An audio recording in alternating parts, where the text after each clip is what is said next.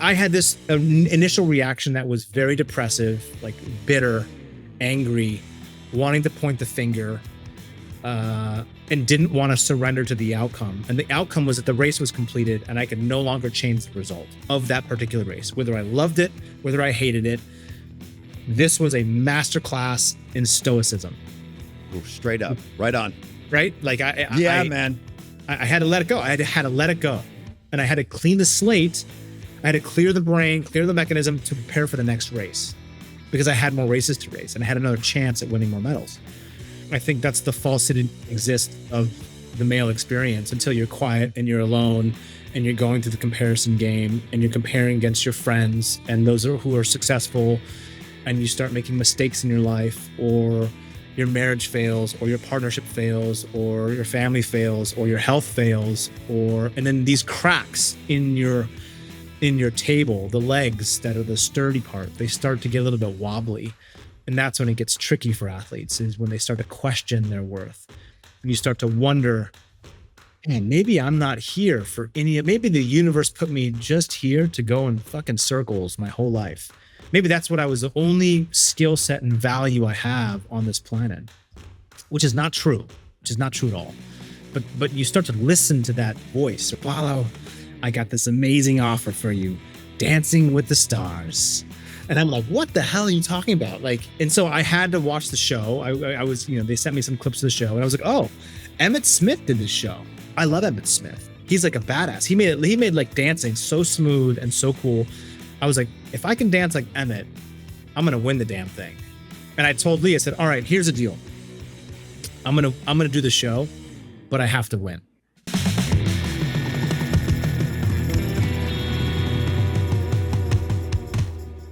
Here we are. Welcome to the Seano Show. Apollo, my What's brother.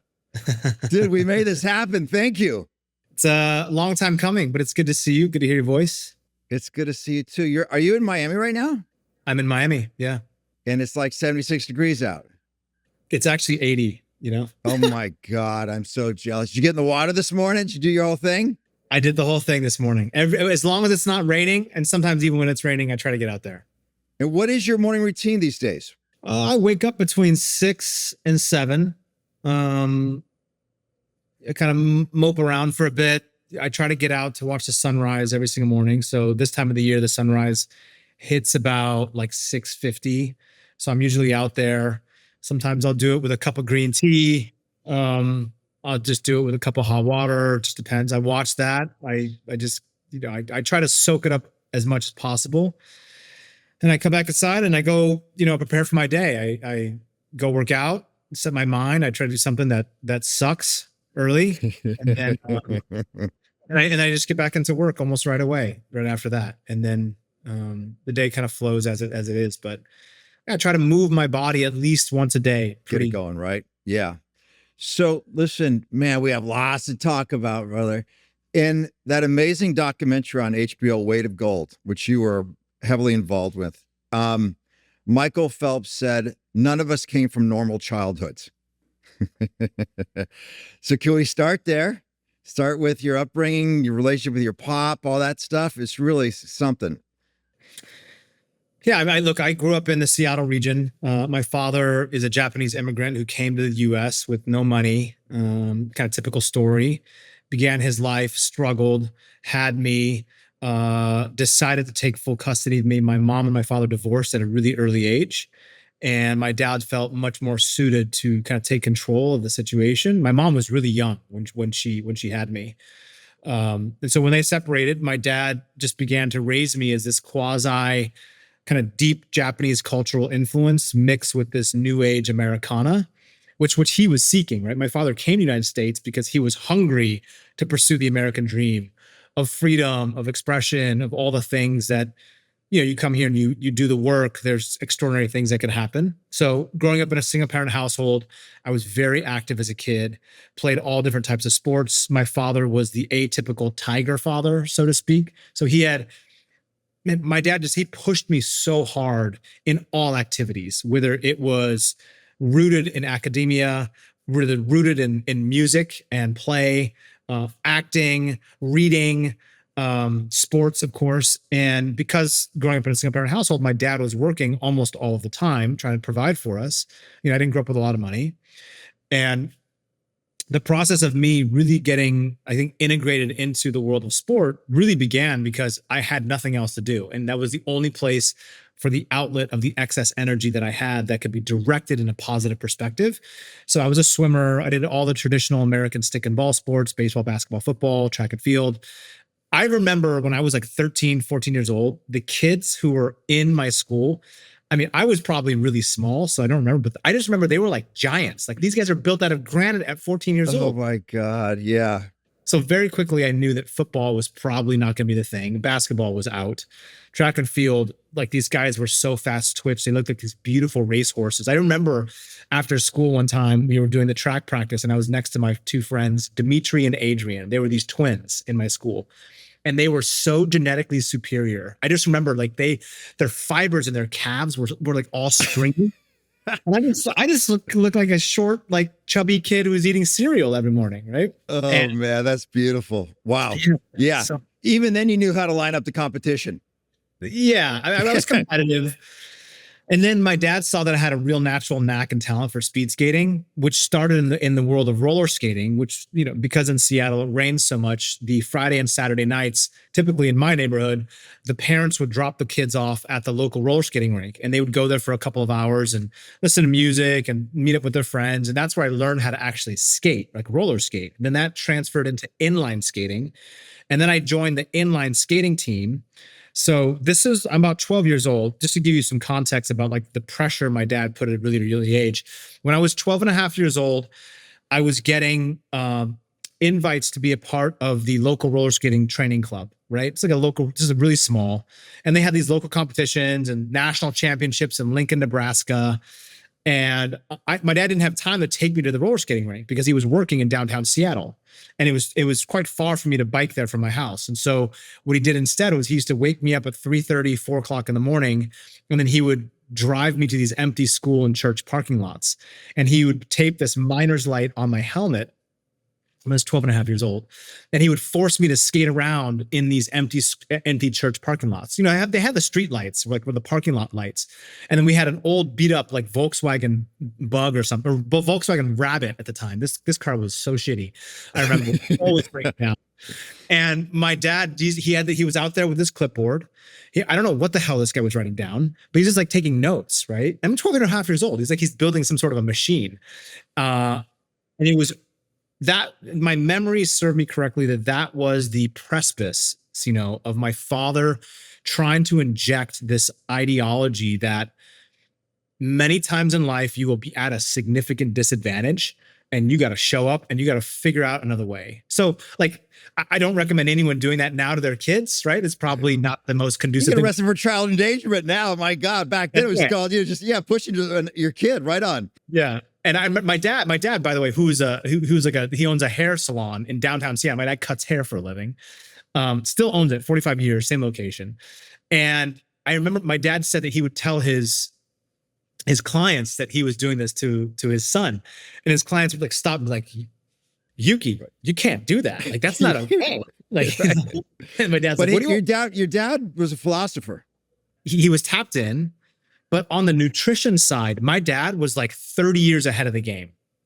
So my dad was seeking ways to buy from like local farmers really cheap produce and meat and vegetables and food that was all organic. It wasn't labeled organic, but it was organic, right? From these farmers long time ago. And I was like, yeah, why do we have to drive all the way out here to get this fruits and berries and stuff? And he's like, oh, because there's no pesticides sprayed on. So somebody was teaching him about early. I remember, like, how everyone drinks green juices in LA? Like that's pretty like normalized. Man, he used to call it like the power smoothie. I swear to God, this guy would make me these power smoothies. It was like spinach and banana and like bee pollen and like Siberian ginseng. And I was like 13 years old, right? Wow. But Paul, were you like, when it's 3 a.m. or 3:30 in the morning, you're driving out there, like, were you like, Dad, I don't want to do this? Or were you like, yes sir, no sir? In the beginning, I just, you kind of go along with it because it's your dad, but eventually you really despise getting up that early. And I remember one time I was complaining and I was telling my dad, basically I want to quit. And this was a really powerful moment because he had pulled over and he was really upset because I don't know what other stresses he had going on. I'm assuming there was a lot of stress going on in his life, but he pulled over and he almost like tried to force me to tell him the exact reason why I was going to quit. And it was really painful to actually go through that exercise.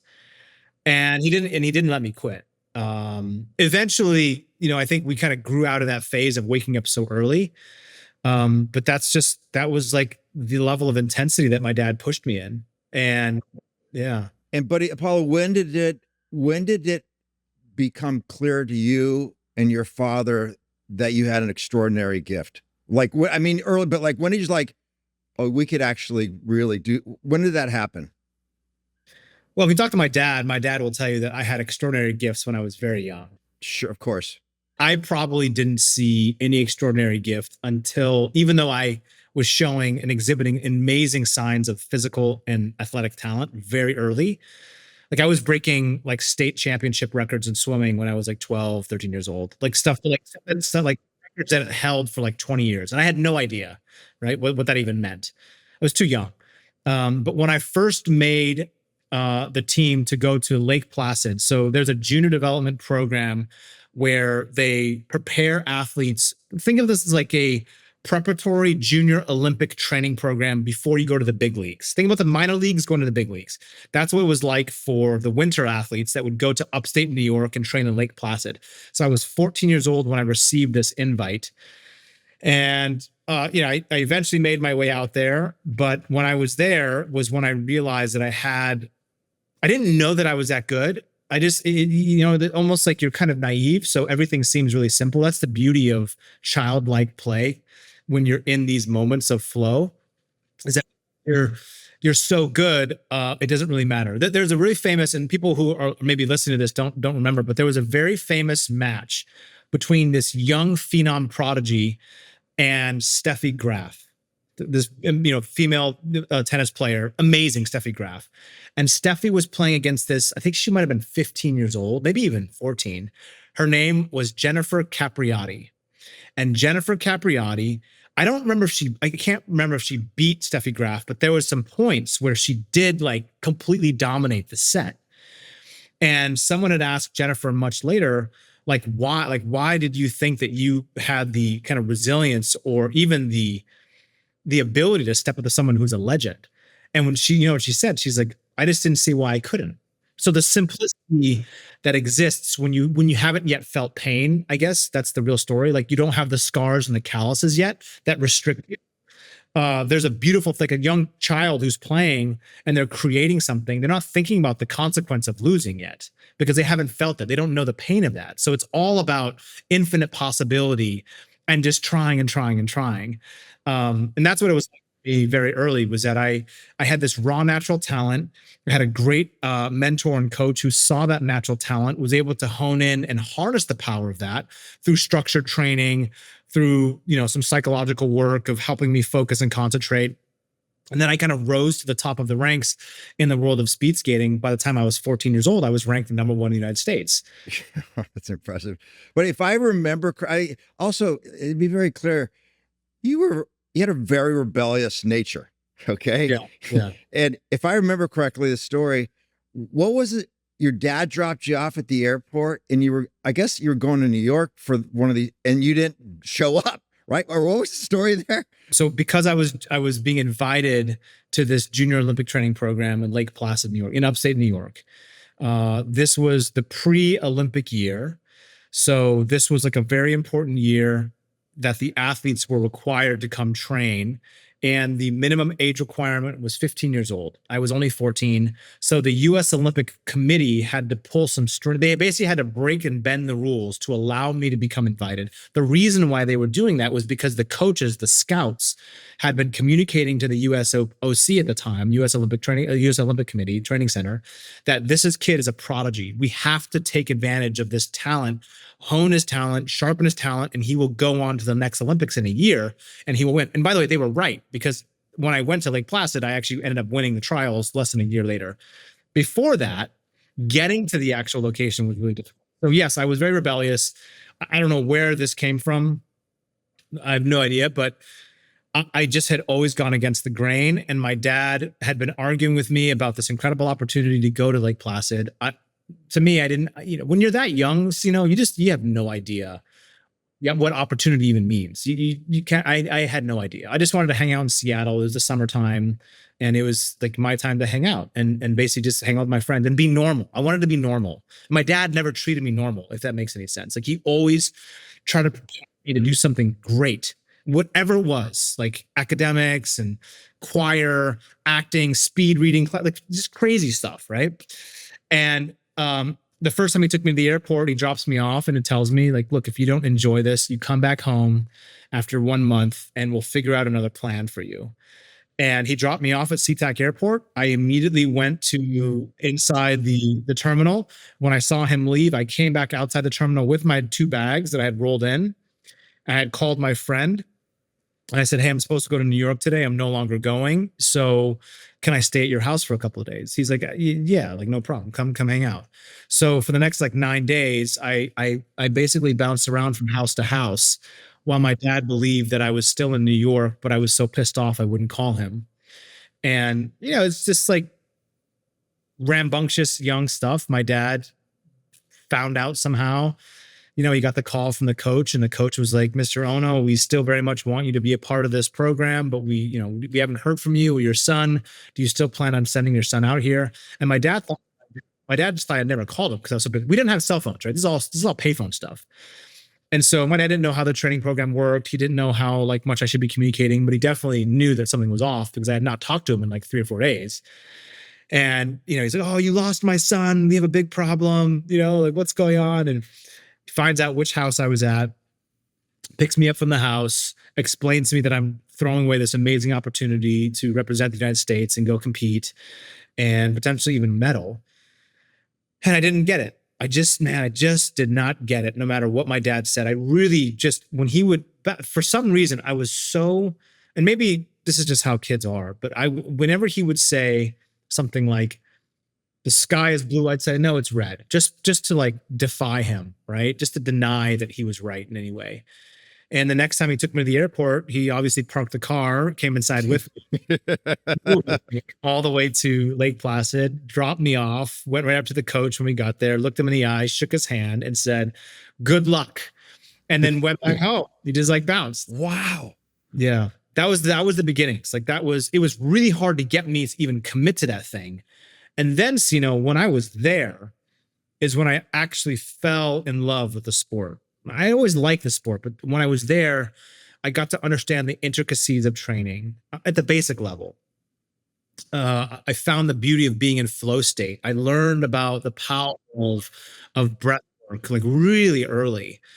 And man, it was addictive, really addictive. And then I remember even asked my coach one time at the age of 14, I said, coach, is it possible that I get good too early and I just burn out? He's like, don't worry about that. Like, don't worry about getting good too early.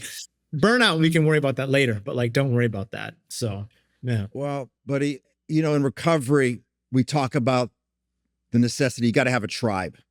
You got to have a tribe. You got to have a community. And your amazing book, Hard Pivot, and we're going to talk a lot about that because it's so well written and so good for everybody, certainly people in recovery. You talk about your board of directors, right? Your people, and like the 6th woman, that woman who turned you on to Viktor Frankl. Can you talk about your tribe and some of those early teachers and, what you've learned and why that's so important? Yeah, I think that the personal board of directors is not something that I fully understood or could comprehend when I was training as an athlete.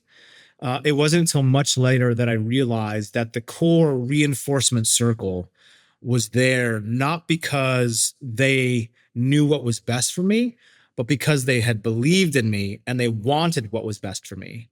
There's a little bit of a difference. And so every core personal board of directors, just like a company is supposed to select their board of directors based upon the skill set, the experience, and the amount of value that they can provide to the executive team to make the best possible decisions moving forward in that business's trajectory. Same thing for our personal life. If we don't have people around us who, number one, care about us the most and want us to succeed in some way, tell us the hard, radical truths, even when it hurts, it becomes difficult because we start to question our path. We don't really know the direction we're going, and everybody gets a little bit wobbly at times. And their only sole job and purpose is really to reinforce that foundational layer to help you stand tall again. Not do it for you, but really just provide that support system. So my personal board of directors was, my training, my coach, my dad, my sports psychologist, my one of my best friends who was my roommate, who's now one of my managers. We worked together on the business side. And it was just this really core group of people who at times believed in me more than I believed in myself.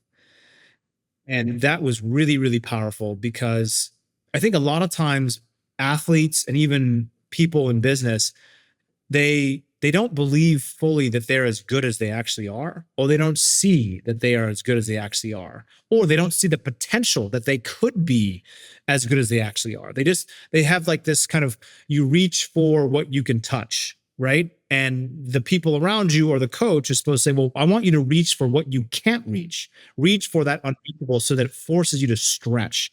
And as we know through, neuroscience and psychology, that when you stretch is where in the greatest amount of growth. Same thing as a muscle, right? When you do a pec fly, right, and you have the deep form of eccentric stretch, that's where you actually create the most amount of growth. Same thing with the psychological mind, but you need that friction.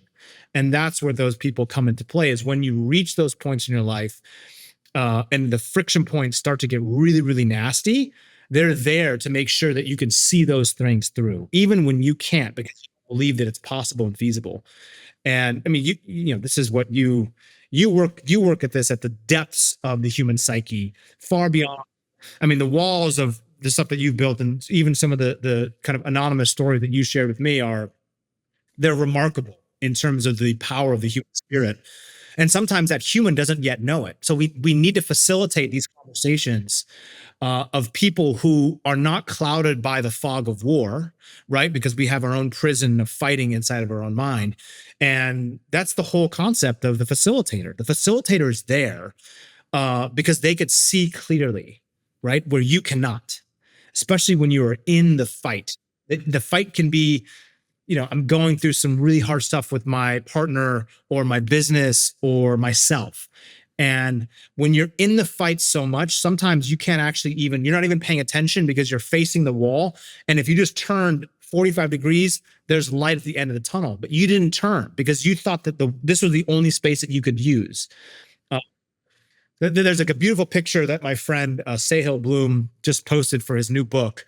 And it's a picture of this bird in this cage. But the reality, and the bird's grabbing onto the two bars to make it look like it's a prison. Okay.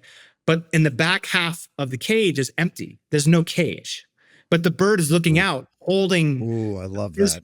Because it's a reinforced, self-imposed prison that it really takes someone to tell them, hey, let's shift you around. Let's get you to turn around. Look on this way. And like, oh my God, I am not in this prison. I actually have a perceptive choice to move and fly. So that to me, metaphorically, was really powerful. Oh, that's incredible. Thank you for sharing that, man. God, that's good stuff. Buddy, walk us through your first Olympics. Yeah, first Olympics. So in 2001, September 11th, I remember going to the training rink. And before we had gone, obviously the attacks in the World Trade Centers was happening and everyone's very scared and uncertain. A little bit less than 6 months later, the Winter Olympic Games were being held in Salt Lake City. So the atmosphere was like very thick in terms of like the energy that was there. There was a lot of uncertainty. There was a lot of pride, a tremendous amount of needed unification for the kind of patriotism for the US. And people really just needed to use those games to come together. So this was my first Olympics. So I had been a favorite. I was 19. I always say I was 19 going on 15, right? Right. And as I was going into the Olympic opening ceremony, there's like snipers and special forces guys on top of rooftops. It was a gnarly time. And I think today we would probably think that's pretty normal. Back then, that was not normal. And they just had beefed up security just in case there was any potential threat that could potentially happen on the grounds there in the world's greatest Olympic event and the greatest athletic event, the pinnacle. And that was the first moment I went from this is all about me to this is actually much bigger than me. This is about we. This is about us. This is about setting some semblance of a story that people can grasp onto and share in the humility of the human experience and share for these athletes that have dedicated their lives to this moment. And so in my first race, I was the favorite. It was the men's 1,000 meter final. I was in the lead with 3 laps to go, 2 laps to go, 1 lap to go, half lap to go, quarter lap to go, less than 2 seconds remaining in the race. And boom, a guy falls into my left hip as I'm rounding the corner. We all go down. There's like 4 of us that all fell down, crashing into the pads. I ended up stabbing my own left thigh with my own skate blade because of the jolt of the blade, jolt of the crash. Scrambled to my feet, threw my skates across the finish line. And I was dazed and confused, man. I had no idea what happened. My natural raw instinct was like really pissed and upset because in these moments, you're very reactive to where, man, like someone stole something from me. I was supposed to win that race. I could taste it. It's gone forever. I may never get that chance ever again in my life. Everything that I worked on. And when you're in the moment, everything seems so important. At that moment, this is like do or die for me. It wasn't, but it felt like that.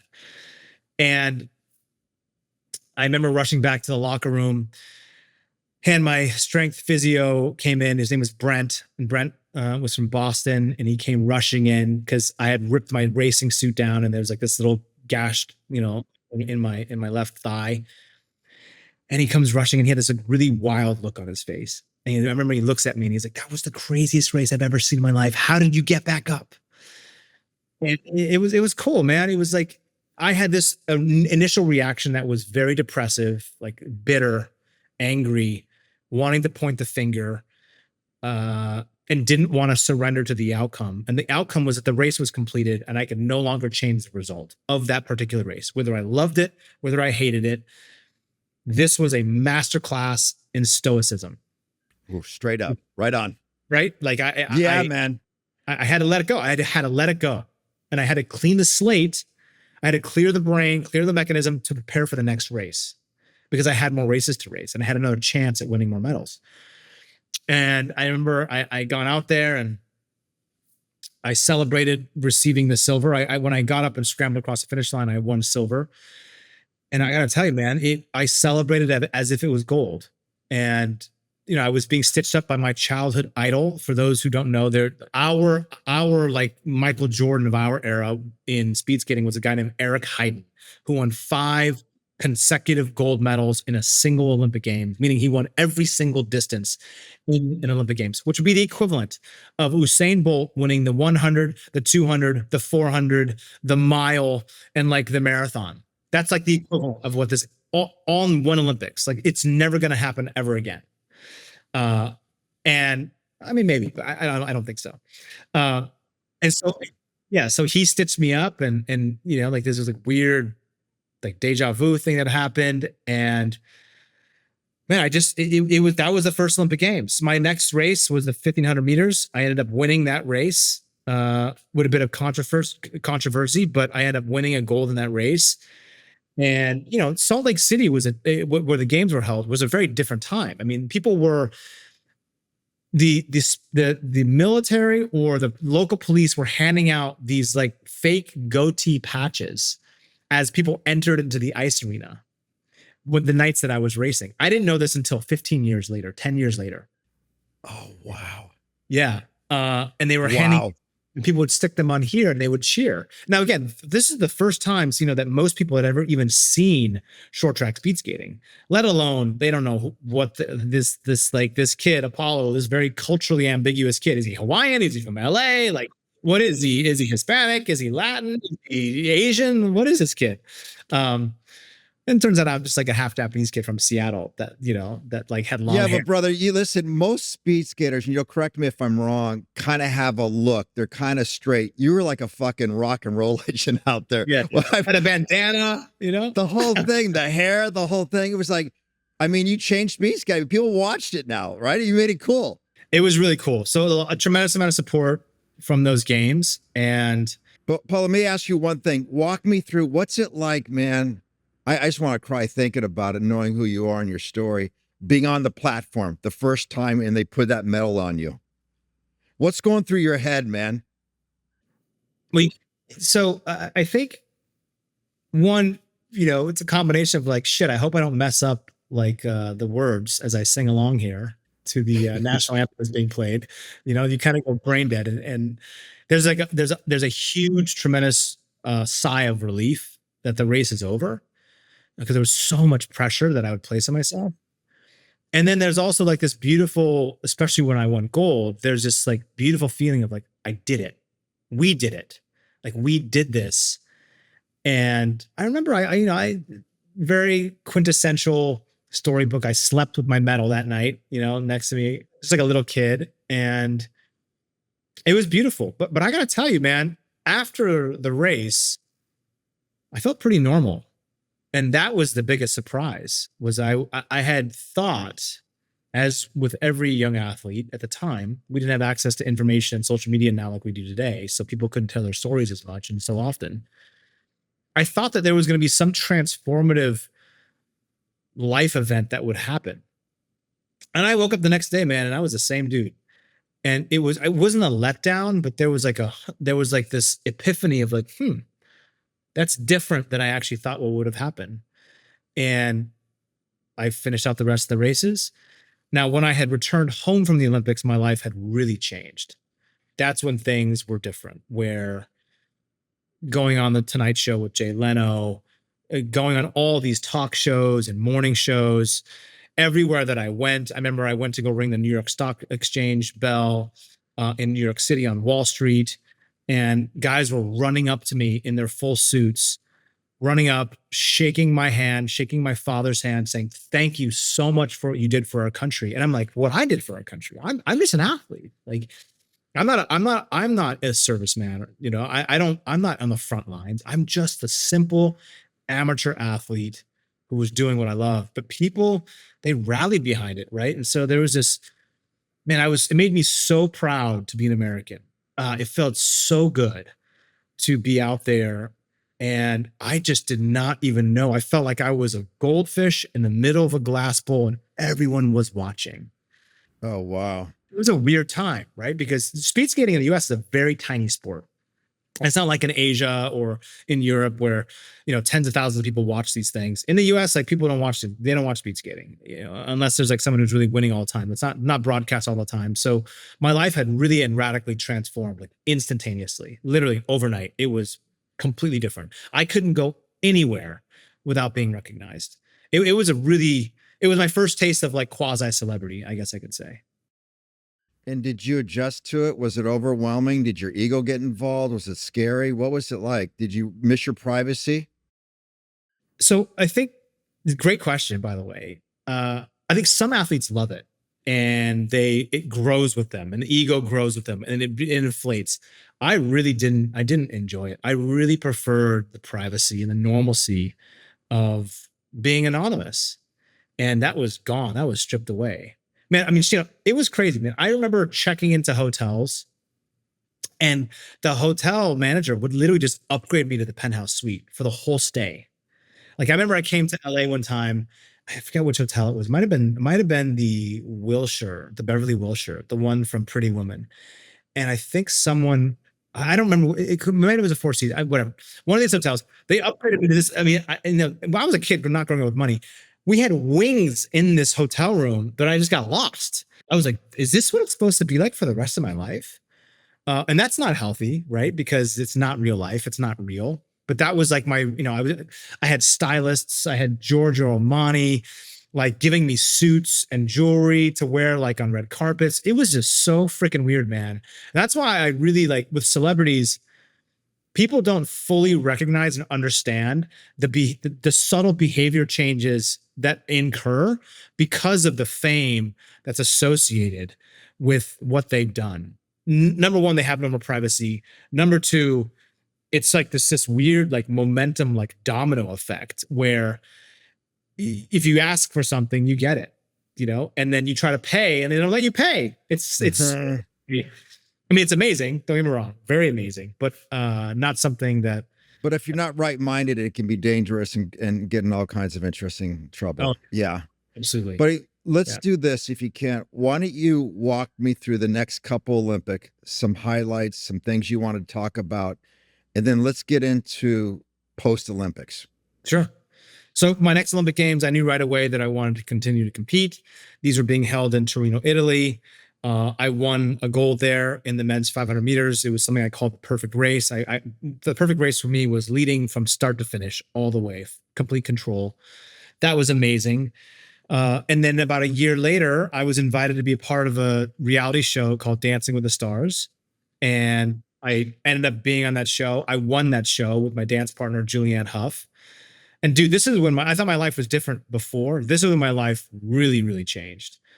And I couldn't go anywhere, but I was no longer the Olympic guy with long hair and a goatee. I was now the Dancing with the Stars champion.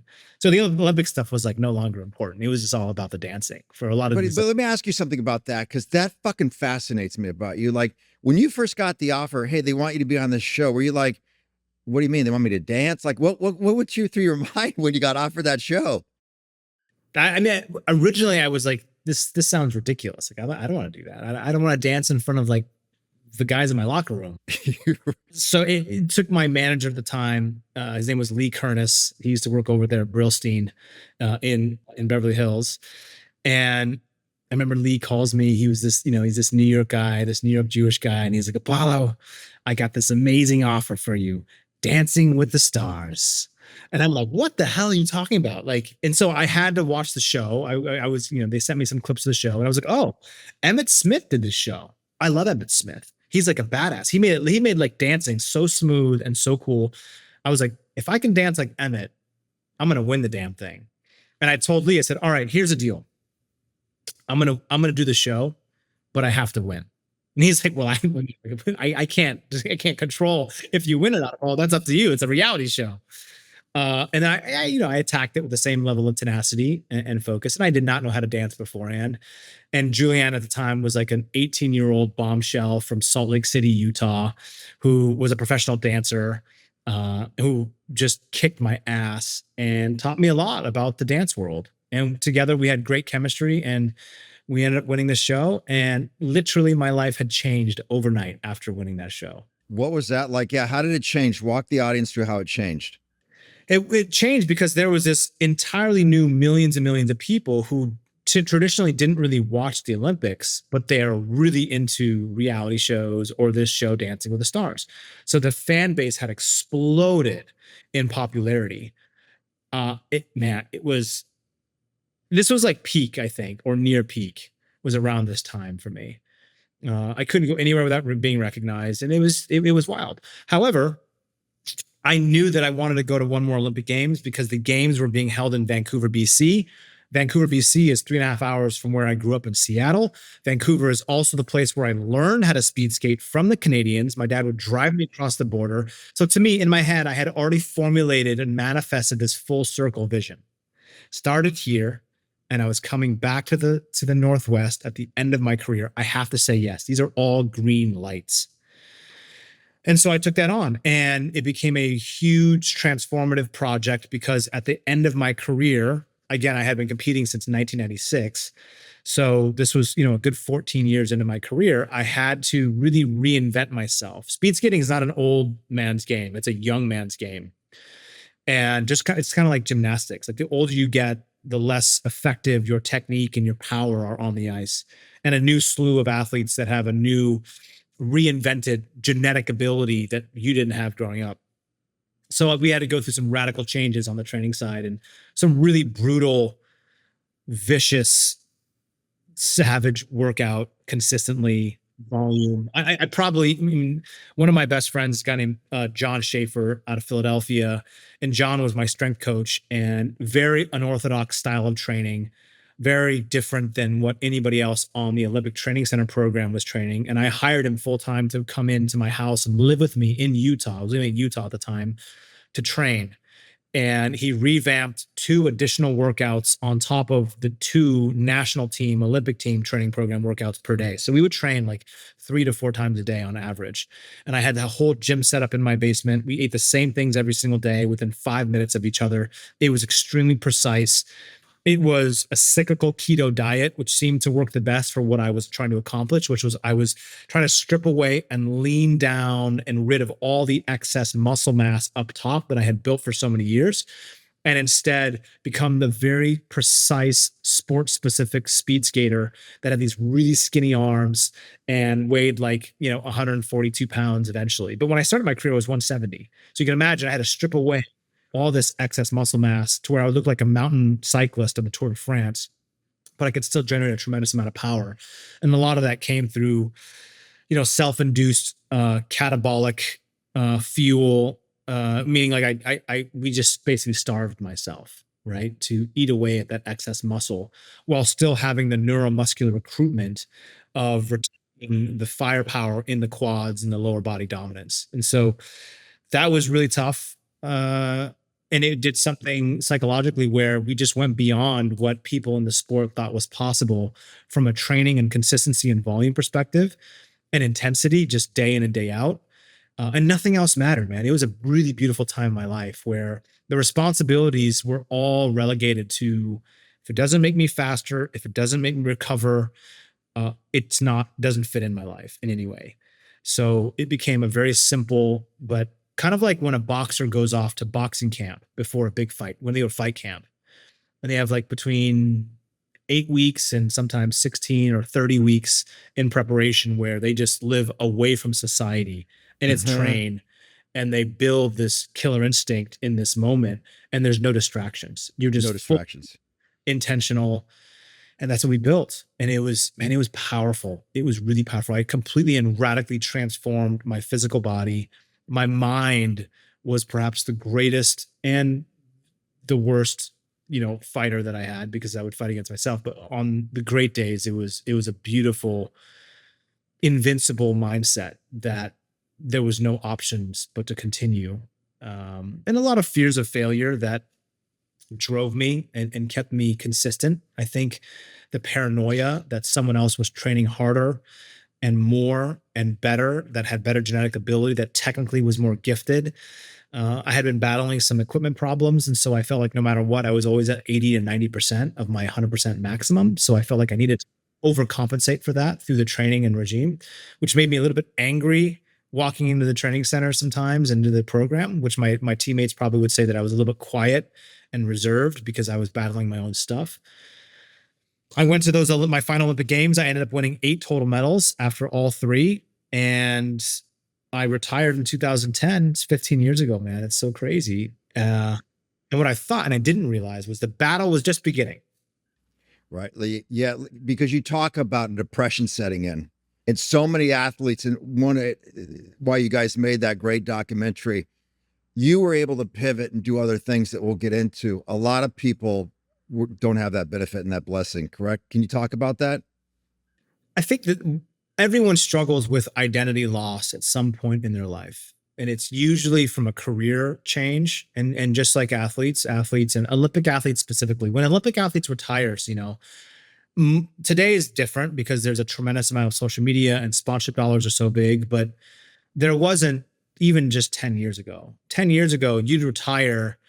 A year later, you have a normal job or you're going back to school trying to figure out who you are and what you want to do.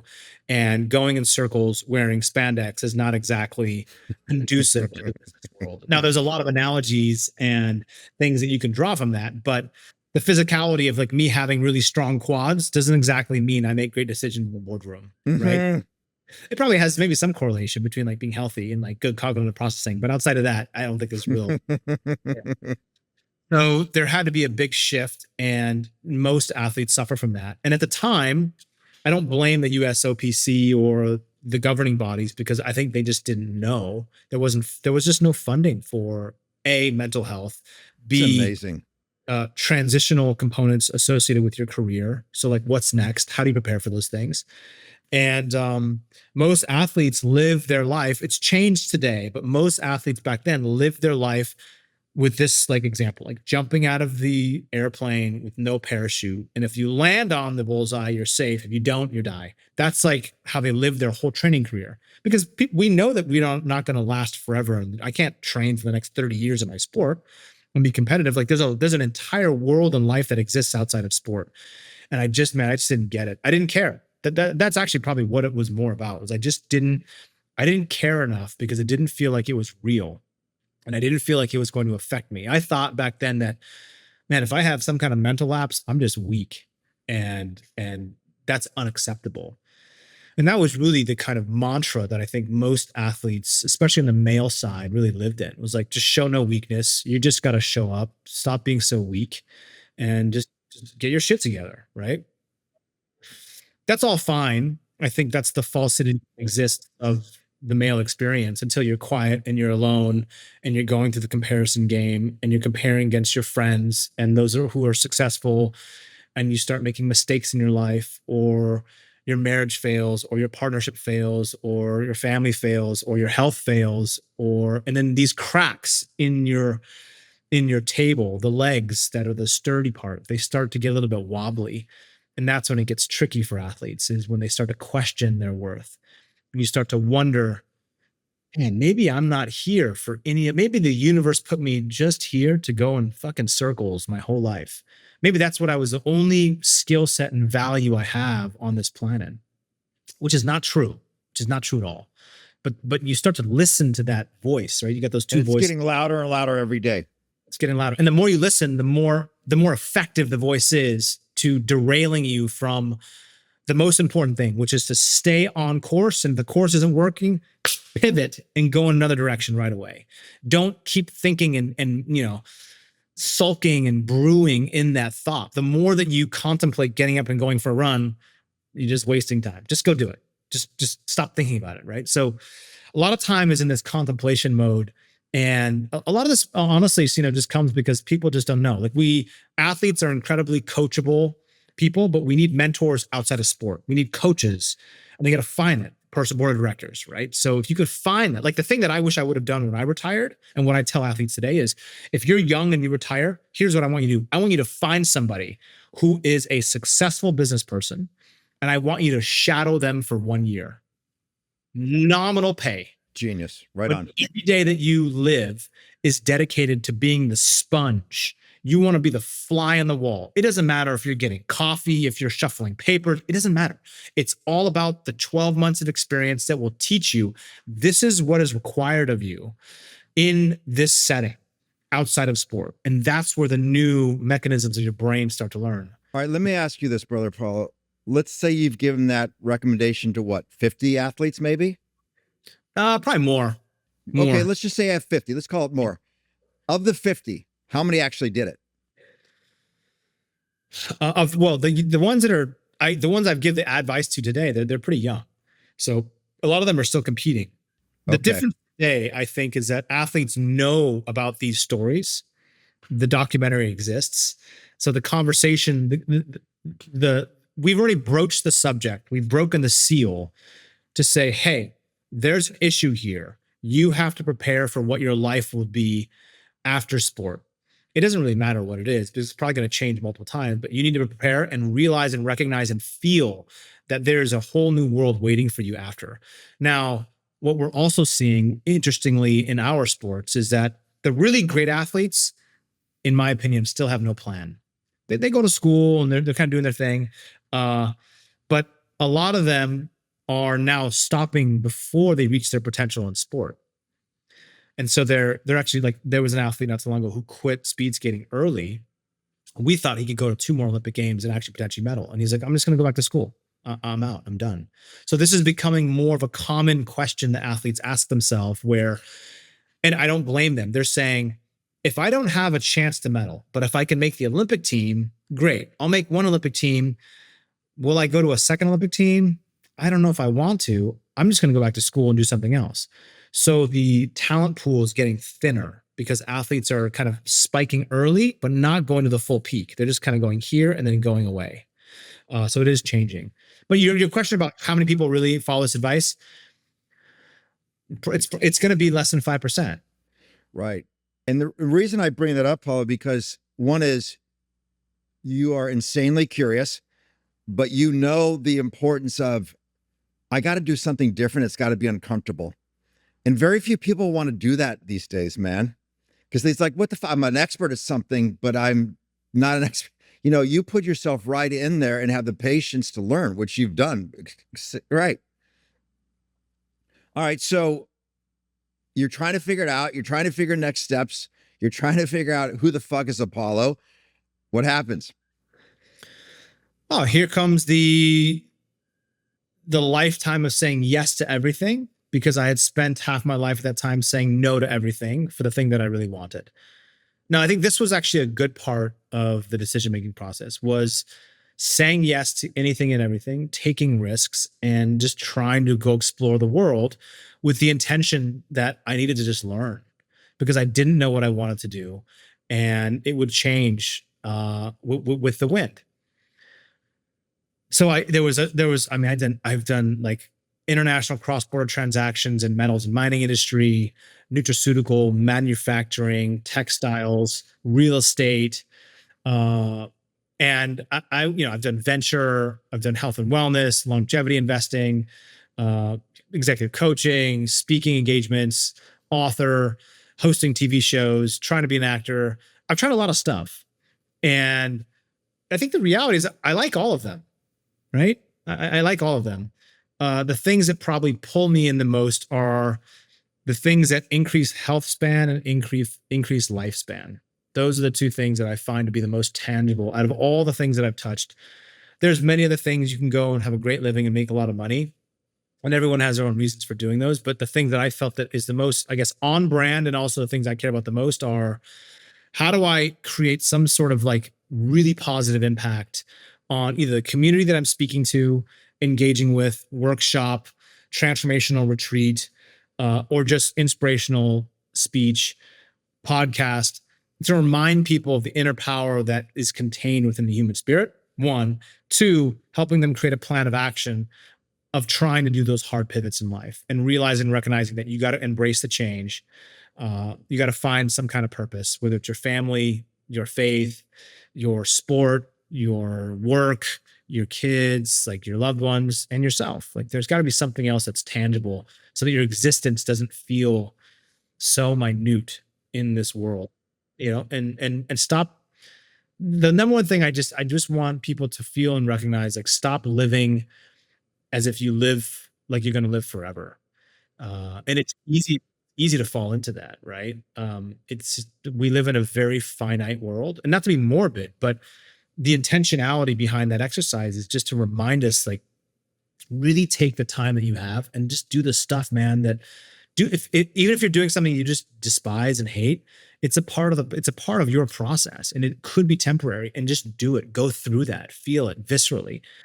Because at some point in your life, you look back on that and kind of wish that you had those times again, because they will never be replaced ever again. And when you turn 75 years old, and if you're worth $75 billion, you will give $75 billion back to be 40 years old again with zero. Like, you will give it all back to be where you are at right now, no matter how hard. So I think, like, these exercises are really good for us to go through because they help us zoom out. All right. Talk to us about FOPO.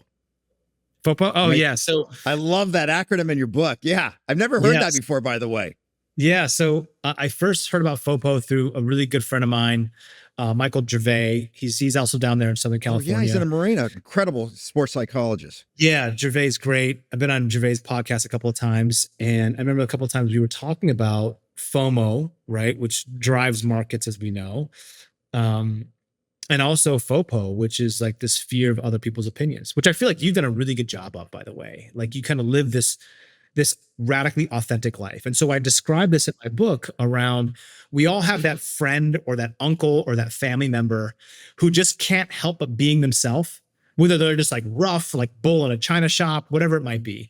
But we always have that one person who is just, they can't lie about who they are. They're just them in their entire existence. There's something very endearing about that, because we, I think, individually put on our own masks of whatever it is, our stuff. And we look at that and we're like, man, there's like a lot of truth and honesty in that. Like, I want to live my life, even if it's like clumsy and I'm stumbling through, it's kind of beautiful, just like being and just like not giving a shit. Right. So most people, because of the societal constraints and expectations, this is what you should look like, this is what you should have, this is where you should be, the comparison, the Joneses, whatever. FOPO is like, you living in this state of perpetual fear of what people will think about you. And it's a very human, thing to go through. And I think the more that you can either harness that to propel you in a positive direction is great, but most of the time it keeps you paralyzed, and it keeps you from taking action. It stops you from taking the chance. It stops you from launching that new company, that presentation, whatever, talking to that person for the first time, right? Like, the fear of what will happen is oftentimes paralyzing. And what I've seen through all my friends is the ones who are the most persistent, who throw that out the window, seem to get stuff done a lot faster. Right? Yes, sir. Yeah. All right. You write in the book too. Let me make sure I got it right. Don't just think it, ink it. Yeah. So talk about that. That's so good, man. I mean, I'm so old school, man. I still have stuff like this, right? Like, I got all my, exactly. Yeah. Me too, brother. I got all those around here. So I have this thesis, right? Like, I love digital notes. I think they're great, but there's something, just the tactile nature. And it's probably because we grew up physically writing stuff down. So that's how we learned. And maybe this next generation doesn't learn that way, but there's something beautiful around your artistic, creative handwriting of taking a note and reminding yourself, I believe subconsciously, is more powerful than a digital note. It's just my personal belief, and I could be totally wrong. And because I believe it, it's probably true for me, right? Because the mind's so powerful. But I just think that if you think it, don't just think it, write it down. So no problem. You don't want to tell people about your goals. You don't want to tell them about your dreams. You want to keep it contained in here, write it down. You have an amazing experience. You have a horrific, traumatic experience, write it down. Get it out of your head onto paper.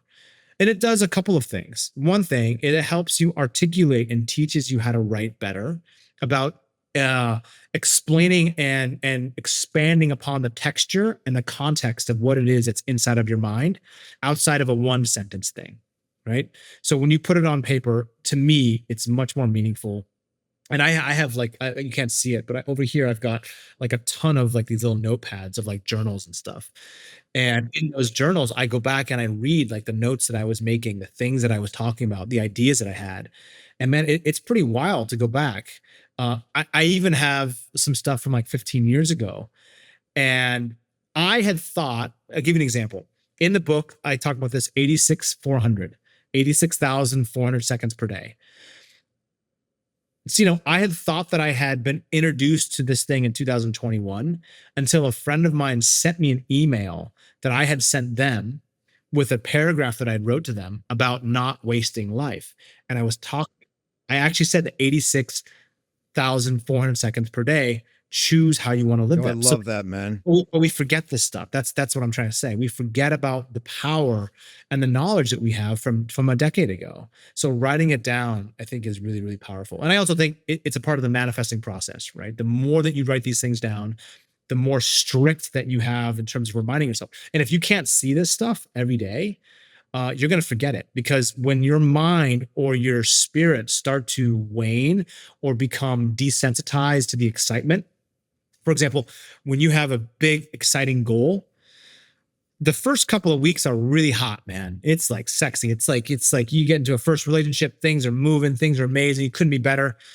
Let's talk again in 4 years before the Olympics. Is the excitement still there? Does the motivation exist? For most people, it doesn't. And that's normal. So we need these things to remind us of the original path and task and idea that we had, because this doesn't fail us. This is like, hey, This is what you set down. This is the idea that you have. Your emotional state will change. That's because we're human constantly. But the structures and the systems, they don't, those are rigid to keep you on the path when you start to question the path. Oh, that's beautiful. Let me ask you this, Brother Florence. When the world is loud and scary for you, okay, what technique do you do to get out of and shift consciousness? Oof, great question. I would say my morning nature grounding, meaning like, and I'm lucky because I live on the beach, but if I lived in the mountains or wherever, people who live in New York City, I think just, you got to find, this is what works for me, is being in nature seems to slow time down and put things into perspective. So when the world starts to feel dark and uncertain and people are failing me, or I'm starting to lose hope, or I'm conceding, I'm starting to lay down and just call it. Being in those really beautiful moments, like the morning sunrises, are critical. Now, I want to say this because I think this is really important. When you start to have these emotional states, I really encourage people to zoom out for a second and look at the 4 pillars of foundational health, which in the most simplistic forms are: how are you sleeping? How are you eating? How are you moving? And how are you thinking? Not just by yourself, but about your social community, right? Your social climate. When you don't sleep well consistently, man, your thoughts, they suck, right? Your confidence goes down. And even if you're a grinder, you don't eat well, eventually that's going to take a toll, right? Your brain needs good quality fuel. If you don't move the body, the human body is designed to move. And you need it. That's part of the detoxification process. It's a part of BDNF. It's part of all these really powerful things in science that you live better. And the way you think, right? So if you're mentally in this rut, or if you're in a dark place, man, you got to find something or someone or a community to help you break free from that. And a lot of times it comes in the form of giving, right? Giving your time. That's how you receive gratitude about the most simplistic things in the world. When you're really, really sick, you actually don't want to feel amazing. You just want to feel normal. You want to feel not sick anymore, right? So, in Buddhism, right, the root of all suffering is desire, they say, right? When you want more, right? The America capitalistic psychology of wanting more, becoming more, it's never enough. This like insatiable thirst, which is beautiful in the progressive mindset. But at some point, you got to get off that damn treadmill and like just look around for a second and realize that this is a finite existence. And so to me, being in nature keeps me rooted and grounded and present. And it just gives me perspective, man. It just makes me feel like, God, this is such a beautiful, beautiful world. It's beautiful in so many ways, but you have to peel back those layers because the world is not peaches and cream. It's rough, man. It's hard. And it takes effort sometimes to really break through that stuff. So that's what works for me, right? Great. I love that. Let's close with this, buddy. Every time I'm with you, I always stand up a little bit taller because your energy is so amazing. I always feel like I'm a little faster for some reason in your energy. Yeah. The one thing I love about you is you're always in a fucking high state of gratitude. I don't know if I am, but that's been my experience. And sometimes maybe it's like these reminders, right? So like when we do things like this, where we can talk about life experiences and such, and the intentionality is to perhaps leave some semblance of value to someone who's watching this, that perhaps is looking for a little bit more life in their years, so to speak, or needs a hard pivot, or needs a shakeup, or is in a dark place. I think the intentionality is just like, while I may not have walked through the trenches of whatever that person has gone through, I've had my own battles with demons, and we can get through this stuff. So gratitude is amazing. And my dad has been really, really good at becoming a great example of the simplicity of a good life. Meaning my dad's not driven by money. Could care less. He uses it merely as a means or a tool to buy back his freedom to live in a healthy way and appreciate the most basic, simple things. Like the other day, he sent me this beautiful video of downtown Seattle. His car was parked and the snow was falling. And he's like, look how beautiful this is. right? And I know he probably just stood there for like 10 minutes, just soaking up like this moment. And we live in a society now where all of these algorithms, all these tools, whether it's Amazon, TikTok, Instagram, Snapchat, whatever, it's changing the behavioral structures of our society because we're now being fueled by this instantaneous gratification and signaling that we're receiving. We didn't have that 20 years ago. We had to wait to get things to feel really good. It took the long road to get things now. And now we have them like this. We see someone sell their company overnight. We see a guy become a superstar in a matter of weeks, right? All these things. And we want it too. So I think gratitude puts things into perspective. Nature seems to do that because to me, nature is bigger than all of this. It's just so big and vast. And it's so destructive as we've seen, and it can be very beautiful at the same time. So I think my love of being in nature and the awe, man, if you looked at my phone history, right, of the photos in my phone, it's like 90% the sunrise right now.